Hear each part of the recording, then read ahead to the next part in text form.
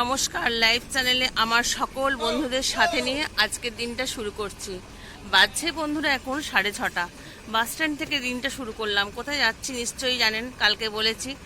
হ্যাঁ বন্ধুরা, যাচ্ছি কলকাতা ডাক্তার দেখাতে। বাস আসেনি এখনও, ওয়েট করছি।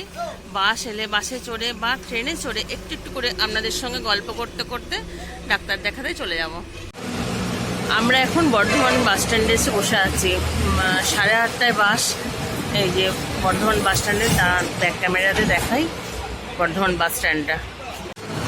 এই যে আমাদের বর্ধমান বাস স্ট্যান্ড, এদিক দিয়ে বাস আসবে। আর ওই যে হাট বসে, হাট যেটা জামা কাপড়ের হাট, ওই বিল্ডিংটাতে বসে, উত্তরা হাট, ওই বিল্ডিংটাতে।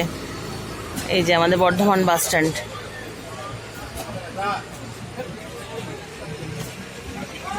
এটা নবাবের হাট বাস স্ট্যান্ড। আর ওইদিকে এটা অ্যানাউন্সের জন্য আমি থেমে গেলাম কথা বলতে বলতে, আপনারা শুনতে পাবেন না।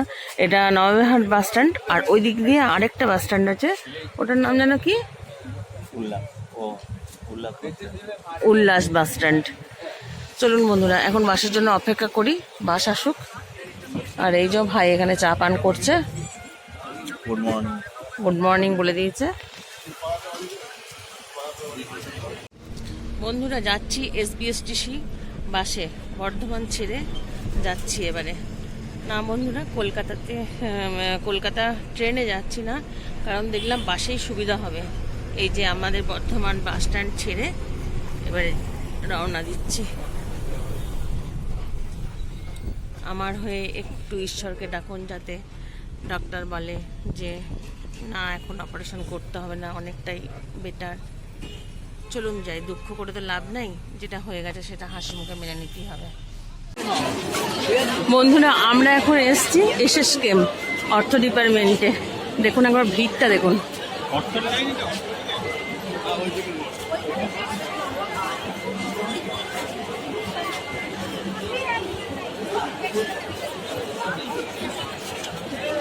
চলুন, আমাদের লাইন দিয়ে টিকিট কাটতে হবে।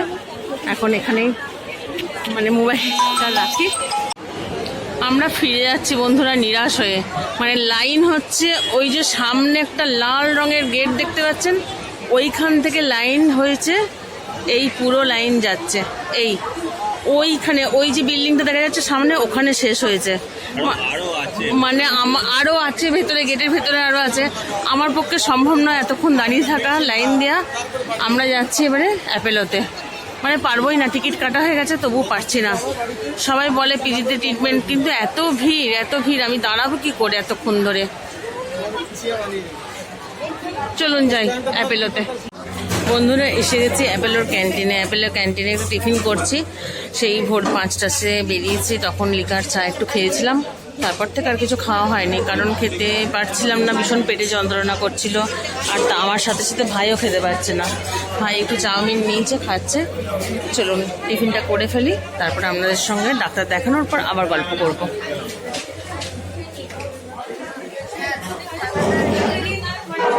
এখানে বেশ পরিষ্কার পরিচ্ছন্ন খাবার টাবার দেয়, হসপিটালের ওপরেই আছে। আমাদের ডাক্তার দেখানো হয়ে গেছে বন্ধুরা, এরপরে যাচ্ছি। এখন বাজছে 4:30। ডাক্তার কি বললো না বললো সব কিছু পরে আপনাদেরকে জানাচ্ছি। এক্সারসাইজ দিয়েছে কিছু। এখন যাচ্ছি মেজবাবুর একটা বন্ধুর বাড়িতে, শ্রীরামপুরে যেয়ে থাকবো। চলুন বাইরে দিয়ে যাই।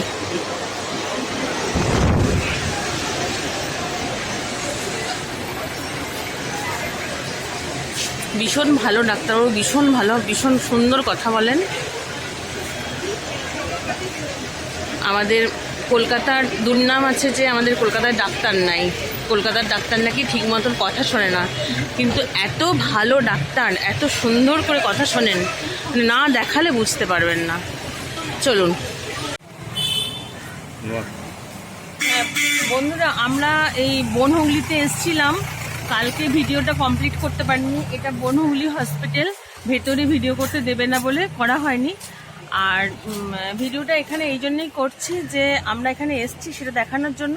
আর বাড়িতে যেয়ে আপনাদের সঙ্গে গল্প করতে করতে আবার ভিডিওটা শেষ করব, এবার এখানে কি কি হয় সেটা জানাবো। চলুন এখন বাড়ি ফিরি। বন্ধুরা আমরা এসছি কালকে আমরা কলকাতা থেকে এসছি, তখন বাজছে 8:30।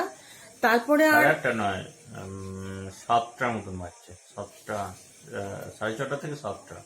তারপরে আর মানে আপনাদেরকে যে এসেছি সেই সব ভিডিও করার আমাদের আর ক্ষমতায় কুলোচ্ছিল না। আমার পিঠে খেঁচকা লেগে গেছিল ট্রেনেতে, শ্রীরামপুর থেকে যখন আসছি তখনই ট্রেনে খেঁচকা লেগে গেছে। আর এসে মানে চান করে খাবো কি সেটাই আগে, খেয়ে একটু শুতে পারলেই বাঁচি। দিয়ে চা খেয়ে একটু মিষ্টি চা এসব খেয়ে ঘুমিয়ে পড়েছিলাম। তারপর অনেক রাত্রে উঠে আবার ভাত টাত খেলাম। যাই হোক, ভিডিওটা শেষ করার জন্যই দুজনে একসঙ্গে বসেছি।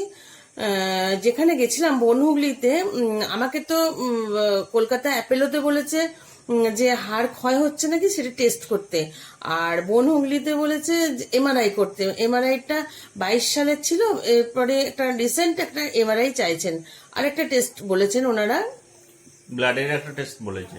হ্যাঁ, আর কিছু থেরাপি দিয়েছে, ফিজিওথেরাপি, কিছু ফ্রি হ্যান্ড এক্সারসাইজ, ওগুলো আমি এমনিই করতাম। তা সঞ্জয় গান্ধী থেকে যখন বলেছিল যে বেশি হাঁটবেন না, সেই জন্য আমি হাঁটতাম না। তা এখন আমার আবার হাঁটছি, যেহেতু এখানকার ডাক্তাররা বলেছেন হাঁটতে, হাঁটলে কোনো অসুবিধা নাই, হাঁটবেন। আর বনহুগলিতে বলার কারণ হচ্ছে যে বনহুগলিতে সমস্ত আপাহিজদের এখানে ট্রিটমেন্ট হয়। যেমন বাচ্চারা পেয়দা হয়েই মানে জন্ম নিয়েই হাত পা বেঁকা হয়, অ্যাবনর্মাল হয়, পিচ থেরাপি হয়, তারপরে তাদের এক্সারসাইজের মাধ্যমে তাদের চলাফেরার শক্তি ফিরিয়ে দেয়। ফিজিওথেরাপি, পিচ থেরাপি না, সরি, ফিজিওথেরাপি হয়। আর প্যারালাইসিস হয়ে গেল, মুখটা বেঁকে গেছে, এখানে সমস্ত ট্রিটমেন্ট হয়। এটা তুই বল একটু। সেন্ট্রাল গভর্নমেন্টের এটা একটা সংস্থা, এখানে রিসার্চও হয়। ওটা হচ্ছে যে ন্যাশনাল লোকোমোটিভ ডিসেবিলিটি, এরকম কিছু একটা নামটা মনে পড়ছে না আমার। কোথায় বল? ওটা হচ্ছে যে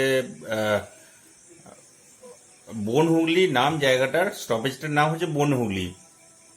হাওড়া থেকে যেতে হলে কি? না, হাওড়া থেকেও যাওয়া যাবে। হাওড়া থেকে আপনাকে ধরতে হবে আপনাদের, ওটা জায়গাটার নাম হচ্ছে ডানলপ যাওয়ার বাস ধরতে হবে।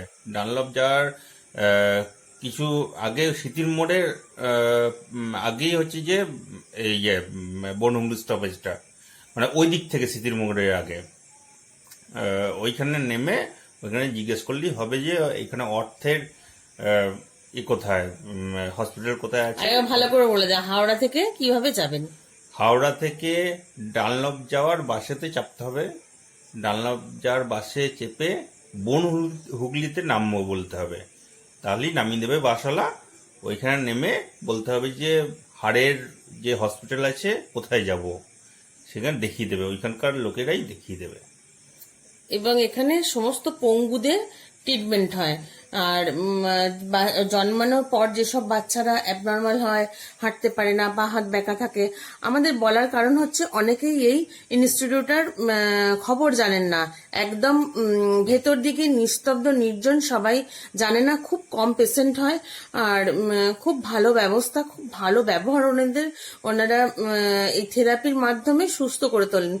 তাই আমার রিকোয়েস্ট, এখান ওখান ছোটাছুটি না করে একবার আপনারা যাবেন ওখানে।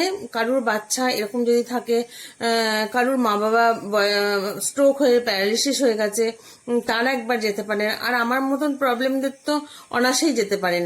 আর খুব কম পয়সায় ওইখানে চিকিৎসা হয়, 40 টাকাতেই দেখানো হয় ওইখানে। আর অন্যান্য যদি কোনো টেস্ট থাকে সেগুলো বাইরে থেকে অনেক কম পয়সায় দেখানো হয়।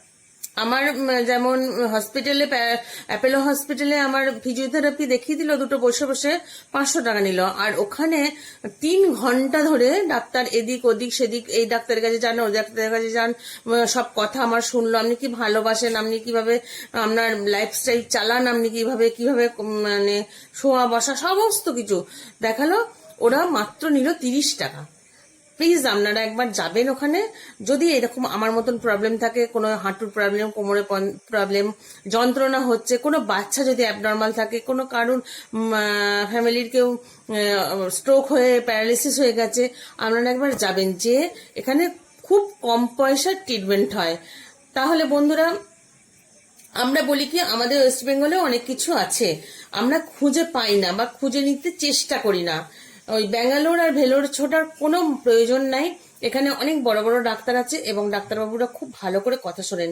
কারণ আমাকে ব্যাঙ্গালোরে বলেছিল অপারেশন করতে, এখানে বললো না, অপারেশন করার এখন কোনো দরকার নাই, অপারেশনে করার মতন এখন পজিশন আসেনি। এবং ব্যাঙ্গালোরের ডাক্তাররা ফটো দেখে শুধুমাত্র টেস্ট রিপোর্ট গুলোকে দেখেই ওরা বিচার করে যে কি করব না করব। টেস্ট রিপোর্ট তো ভুলও আসতে পারে, কিন্তু এইখানকার ডাক্তাররা ছুঁয়ে দেখে, ভালো করে দেখে যে রোগীর কিরকম অবস্থা, রোগী কি চলতে পারছে না, রোগী বসে থাকছে, এরকম দেখে হাত দিয়ে। কিন্তু ব্যাঙ্গালোরে সেরকম ভাবে দেখে না। আমাকে একদম ব্যায়াম করানোর মতন ডাক্তারবাবু মানে হিলিয়ে দেখলেন, পা হাত দুমড়ে মুজড়ে আর একটা হাতুড়ির মতন নিয়েছিলেন। কিন্তু ব্যাঙ্গালোরের ডাক্তার আমাকে টাচও করেননি, দূর থেকেই কথা বললেন, দূর থেকেই বললেন অপারেশন করতে হবে। এখানকার ডাক্তার বললেন না, এটা অপারেশন করার কোনো ইয়ে নাই, আর অপারেশন করতে হয় না, এগুলো একটা ওটিতে নিয়ে গিয়ে কি একটা ট্রিটমেন্ট ওনারা বললেন। সেটা আমি এখন বলছি না, কারণ ভুল বলে দিতে পারি, ভুল বলাটা তো ঠিক নয়। এমআরআইটা করলে বুঝতে পারবে যে কি অবস্থায় আছে জায়গাটা, কেননা 22 সালের এমআরআইটা করা হয়েছিল, তো এরপর রিসেন্ট এমআরআইটা চেয়েছে, তখন আবার ভিডিও আপনাদেরকে দেব। ঠিক আছে বন্ধুরা, তাহলে আমার রিকোয়েস্ট, সবাই ছোটাছুটি করবেন না, ব্যাঙ্গালোর ভেলোর এখানে ওখানে যাবেন না। আর এখানে আমাদের ওয়েস্ট বেঙ্গলে অনেক ডাক্তার আছে, অনেক ভালো ভালো ডাক্তার আছে, তাদের কাছে যান এবং সবাই ভালো করেই কথা শোনে। কেউ যদি বলে আমাদের ওয়েস্ট বেঙ্গলে ডাক্তার নেই, এখানে ট্রিটমেন্ট নেই, আমাদের নিজেদের রাজ্যের দুর্নাম আমরা নিজেরাই করব। তাহলে বন্ধুরা, ভিডিওটা এখানেই শেষ করি। সবাই ভালো থাকবেন, সুস্থ থাকবেন এবং সাবধানে থাকবেন। আবার একটা পরের ভিডিওর জন্য তৈরি হন, আবার গল্প করতে আসবো, আবার এরকম ছোট ছোট কথা বলতে আসবো। চলুন আজকে tata, good night. Good night.